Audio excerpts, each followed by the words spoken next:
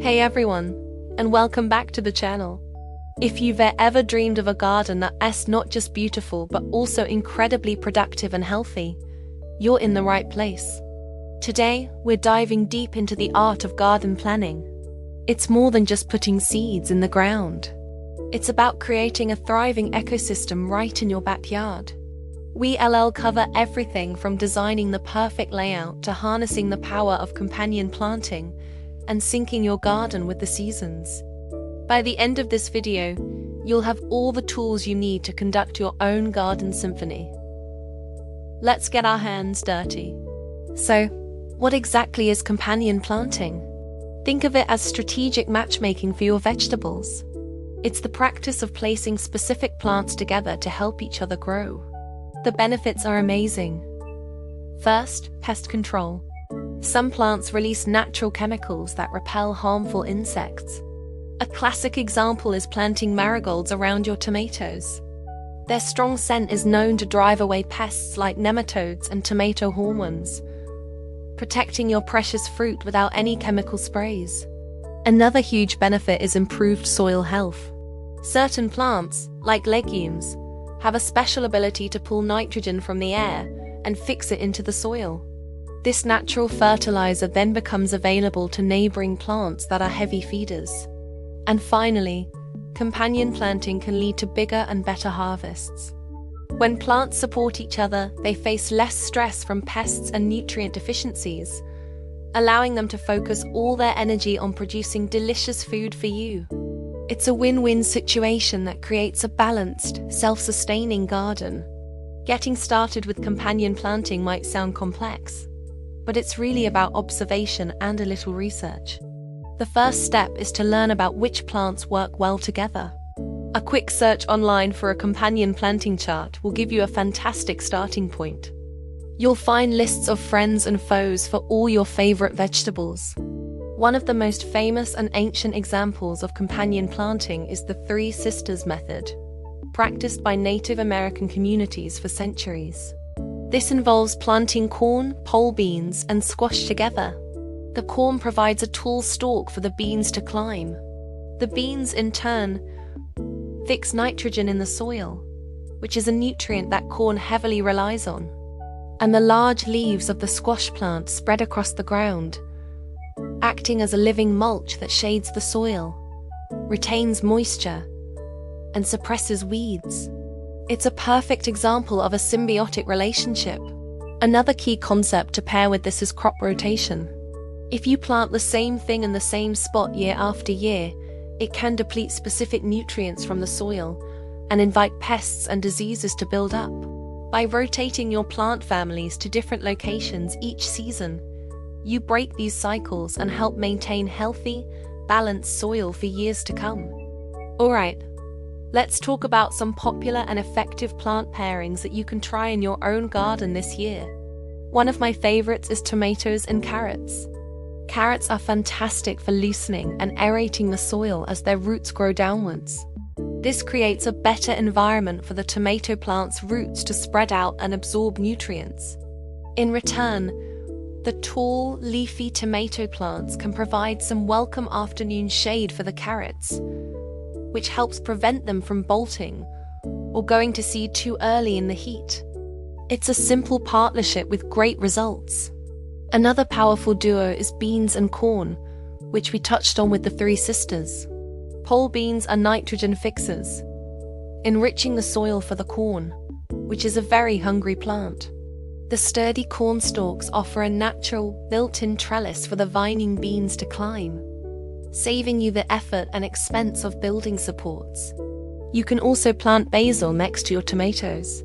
Not only is it convenient for harvesting when you're making a fresh sauce, but many gardeners swear that basil repels tomato hornworms and whiteflies, and even improves the tomato's flavor. While the flavor part might be anecdotal, the pest protection is a well-known benefit. Finally, try planting nasturtiums around your squash and cucumbers. Nasturtiums act as a trap crop for aphids, luring them away from your vegetable plants. Plus, their flowers and leaves are edible and add a beautiful, peppery kick to salads. Now that we know who to plant together, let's talk about when to plant them. Timing is everything in gardening, and understanding seasonal planting will set you up for success. We can break the gardening year down into key seasons. Let's start with spring. Spring is the time for cool season crops. These are plants that thrive in the milder temperatures of spring and can even tolerate a light frost. Think of leafy greens like lettuce, spinach, kale, and Swiss chard. This is also the perfect time to plant root vegetables like radishes, beets, and carrots. And don't forget about peas. Both snow peas and snap peas love the cool weather and will produce abundantly before the summer heat arrives. Getting these crops in the ground early allows you to harvest them before it gets too hot, which can cause them to become bitter or bolt. As the days get longer and the soil warms up, we transition into summer planting. Summer is the season for heat-loving plants. These are the classic summer vegetables that everyone looks forward to. This is when your tomatoes, peppers, eggplants, and cucumbers will really take off. It's also the time for corn, zucchini, and all types of summer and winter squash. These plants need the long, sunny, hot days of summer to produce their fruit. By planning for both cool and warm season crops, you can extend your harvest and enjoy fresh produce from your garden for many months of the year.